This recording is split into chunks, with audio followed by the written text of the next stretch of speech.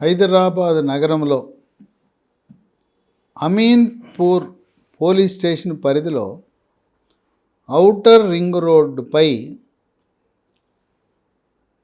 సోమవారం 12 ఫిబ్రవరి 9:30 గంటల సమయంలో ఒక కొత్త కారు ఆగి ఉండటం, ఆ కారు డ్రైవింగ్ సీట్లో ఒక మహిళ అలా ఉండిపోవటం చూసి ఆ బాటను వెళ్ళేవాడు ఏంది, ఏదైనా యాక్సిడెంట్ అయిందా, ఇది కారు రోడ్డు పక్క వచ్చేసింది, ఏమైనా యాక్సిడెంట్ అయిందా అని వచ్చి చూస్తే ఒక్కతే మహిళ, ఆమె అపస్మారక స్థితిలో ఉంది. వెంటనే 100 నెంబర్కి పోలీసుకి ఫోన్ చేశారు. పోలీసులు వచ్చారు. ఆమె సెల్ ఫోన్లో నంబర్ చూసి ఫోన్ చేస్తే ఆమె ఒక డాక్టరు, మెడికో, ఆమె పేరు అర్చనా రెడ్డి. ఈమె బాచుపల్లిలో ఉండే మమతా మెడికల్ కాలేజీలో MBBS పూర్తి చేసి ఇప్పుడు మరొక సంవత్సరం పాటు చేయవలసిన ఇంటర్న్షిప్ చేస్తూ ఉంది, ప్రాక్టికల్ ట్రైనింగ్ చేస్తూ ఉంది.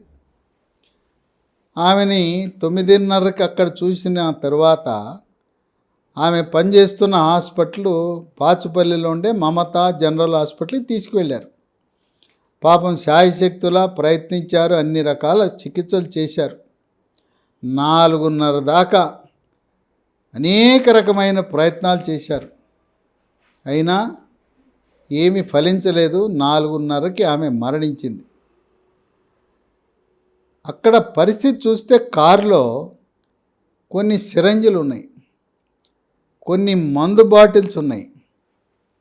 తర్వాత చేతికి, ఎడమ చేతికి మనం నరానికి గ్లూకోజ్ ఎక్కించడానికి ఒక ప్లాస్టిక్ ట్యూబ్ సన్నది పెడతారు. గతంలో ఈ నీడిల్స్ పెట్టేవారు, సూదులు పెట్టేవారు. సూదులు కాకుండా సన్నటి ప్లాస్టిక్ పైపు పెడతారు. దీన్ని వైద్య పరిభాషలో క్యాన్యులా అంటారు. ఆ పిల్ల ఆరోగ్యంగా ఉంది, క్యాన్యులా పెట్టుకుంది. క్యాన్యులా మనంతగా మనం పెట్టుకోవచ్చు, లేదా ఏ నర్సునో అడిగి పెట్టించుకుందా, మనం కూడా పెట్టుకోవచ్చు. పెట్టుకుని ఇప్పుడున్న పరిస్థితుల్లో ఆమె తను చంపుకుంది, మందు ఇచ్చి. ఆత్మహత్య, నొప్పి లేకుండా. డాక్టర్ కదా, ఆమెకి పరిజ్ఞానం ఉంది. ఈ రోజుల్లో ఊరేసుకోవాలంటే చాలా కష్టం. ఇంతకుముందు పురుగు మందులు తాగేవారు, అలా కాకుండా ఈమె పెయిన్లెస్ డెత్, ఎటువంటి కష్టము లేని మరణం, ఆత్మహత్య చేసుకుంది. ఇప్పుడు పూర్వాపరాల్లోకి వెళ్తే ఈ రచనారెడ్డి నవంబర్ 2023లో ఆమెకి వివాహం, నిశ్చితార్థం జరిగింది. మార్చి 24న మరికొద్ది రోజుల్లో వివాహం జరగవలసిన సమయం ఆసన్నమైంది. చాలా అందంగా ఉంటుంది రచనారెడ్డి. ధనిక వర్గానికి చెందిన ఆడపిల్ల, ఎందుకంటే సొంతంగా కారు. ఆమె పరిస్థితి, ఆమె ఆర్థిక పరిస్థితిని చూస్తే ధనిక వర్గం. సోదరుడు కూడా డాక్టరే. ఇప్పుడు ఈ రచనారెడ్డిని బాచుపల్లి హాస్పిటల్లో మరణించిన తర్వాత ఆమెని పటాన్చెరు ప్రభుత్వ హాస్పిటల్లో శవ పరీక్ష, పోస్ట్ మార్టంకు పంపించారు. ఆమె ఒక మందు ఎక్కించుకుని మరణించింది, పెయిన్లెస్ డెత్. ఈ శవ పరీక్షకి వెళ్ళినప్పుడు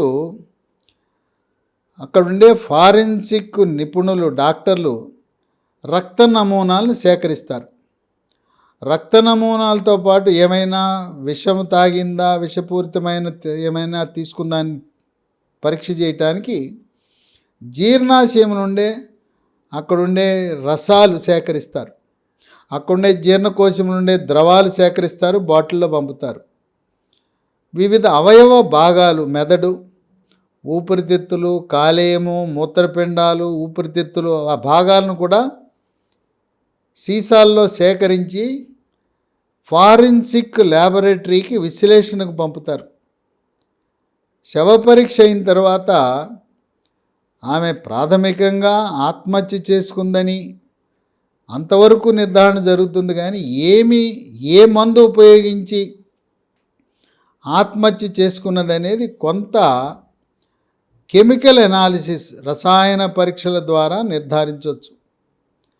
అటువంటి అందమైన పిల్ల మరి ఎందుకు ఆత్మహత్య చేసుకుంది అని రకరకాల ఊహాగానాలు ఉన్నాయి.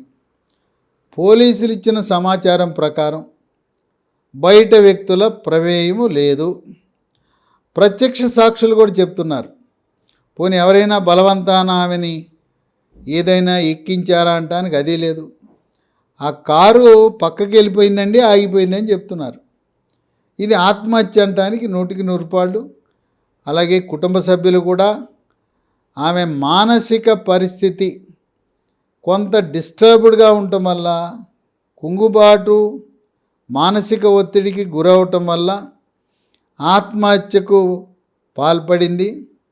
గతంలో 1-2 సార్లు తల్లిదండ్రులు కూడా ఈమెకి కౌన్సిలింగ్ చేసినట్టుగా సోదరుడు సమాచారం ఇస్తున్నాడు. అయితే ఇక్కడ బయట వ్యక్తుల ప్రమేయం లేదు, ఆత్మహత్య చేసుకుంది. అంతవరకు ఉన్న ప్రత్యక్ష సాక్షులు సమాచారం కరెక్టే. అసలు ఆత్మహత్య చేసుకోవడానికి గల కారణం ఏంటి? దీనికి వివాహానికి ఏమైనా సంబంధం ఉందా? ఉంది. నవంబర్లో తల్లిదండ్రులు నిశ్చితార్థం చేశారు. సాధారణంగా మెడికల్ కాలేజీలో జంటలు, లవ్ మ్యారేజీలు, ప్రేమ వివాహాలు చాలా ఎక్కువ జరుగుతుంటాయి. కులాంతర వివాహము, మతాంతర వివాహము, పేదవాళ్ళు ధనికుల్ని చేసుకోవటం, ధనిక వర్గాలకు చెందిన అమ్మాయిల్ని పేద వర్గాలు చేసుకోవటం, పేద అబ్బాయిలు, ఇవి సర్వసాధారణంగా జరుగుతాయి. ఎందుకంటే మిగతా కోర్సుల కంటే, ఇంజనీరింగు, ఆర్ట్స్, సైన్స్ కోర్సులు, యూనివర్సిటీల్లో చదువుల కంటే ఈ వైద్య విద్యను అభ్యసించేటప్పుడు చాలా సన్నిహితంగా మెలుగుతారు. మొదటి సంవత్సరంలో అనాటమీ అని అక్కడ శవాలను విశ్లేషణ చేసే విభాగం, అక్కడి నుంచి ప్రారంభించి ఒక 5 సంవత్సరాలు వాళ్ళు అవినాభావంగా స్నేహితులుగా ఉంటారు.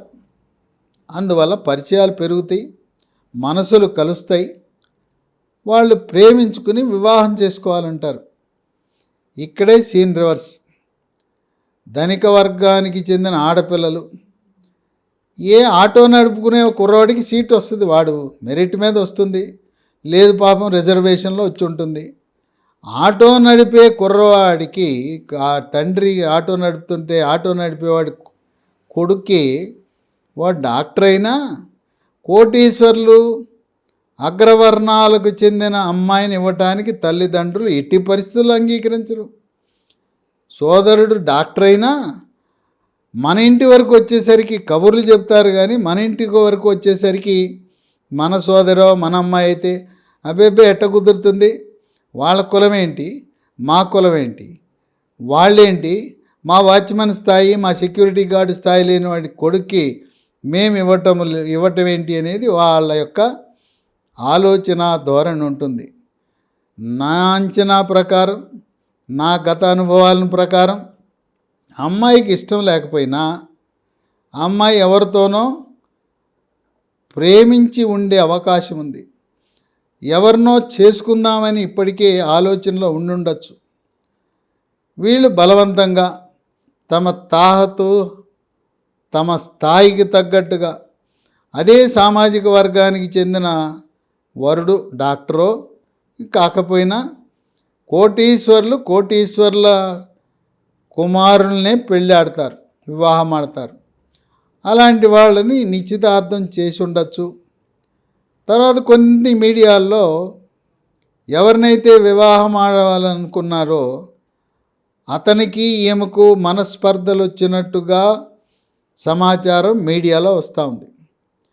అంటే తల్లిదండ్రుల బలవంతం మీద నిశ్చితార్థము ఈ రచనారెడ్డి అంగీకారం లేకుండా జరిగి ఉండొచ్చు. అంగీకారం లేకుండా జరిగిన తర్వాత పెళ్ళి కూడా పెళ్ళి, బలవంతపు నిశ్చితార్థం, బలవంతపు పెళ్ళి. అమ్మాయి ఏమో ఎవరినో ప్రేమించి ఉండే అవకాశం ఉన్నది. అందువల్ల తన లక్ష్యం నెరవేరటం లేదని మానసికంగా డిప్రెషన్కి గురైంది, కుంగుబాటుకు గురైంది. ఇప్పుడు మార్చి బలవంతంగా నా మెడలో ఇష్టము లేనివాడు తాళి కడతాడు అని ఊహించుకుని ఇలాంటి బతికే కంటే హాయిగా దేవుని సన్నిధికి వెళ్ళిపోదామని రచనారెడ్డి భావించుండొచ్చు. కనుక ఆత్మహత్యకు గల కారణం ఆస్తి, అంతస్తు, కులము, మతము ఇవే అవరోధంగా మారి సమాజంలో ఈనాటి తల్లిదండ్రులు, విద్యాధికులు, డాక్టర్లు అందరూ కూడా నా సొంత కులం వాడే కావాలి, నా కనీసం అగ్రవర్ణాలు అయి ఉండాలి. కొంతమంది చెప్తుంటారు, ఎవరైనా పర్వాలేదు అగ్రవర్ణాలు ఉంటే చాలు, పోనికి కనీసం బీసీ అయినా పర్వాలేదు, ఎస్సీ ఎస్టీలు అయితే వద్దంట. వాళ్ళు మనుషులు కాదా? అందువల్ల ఈ సమాజంలో ఉన్న అసమానతలు, మనకున్న ఆస్తి వాళ్ళకి ఇచ్చి వాళ్ళు ఏదో ప్రేమించుకున్నారు, వాళ్ళని ప్రోత్సహిద్దాం. ఇక దైవ లిఖితం, విధిరాత ఎలా ఉంటే అలా జరుగుతుందని తల్లిదండ్రులు పెద్ద మనసుతో అమ్మాయి యొక్క మానసిక పరిస్థితిని బట్టి అమ్మాయి తప్పకుండా తల్లిదండ్రులతో చెప్పుంటుంది, నాకు ఇష్టం లేదు ఇది, నేను ఫలానా వాడిని చేసుకుంటానంటే తల్లిదండ్రులు బలవంతం చేసి ఆమెను ఒప్పించి ఉండొచ్చు. కనుక ఈ ఆత్మహత్యకు మూల కారణము ఇష్టము లేని వివాహముగా మనం భావించవలసిన అవసరం వస్తుందని విశ్లేషకులు భావిస్తున్నారు.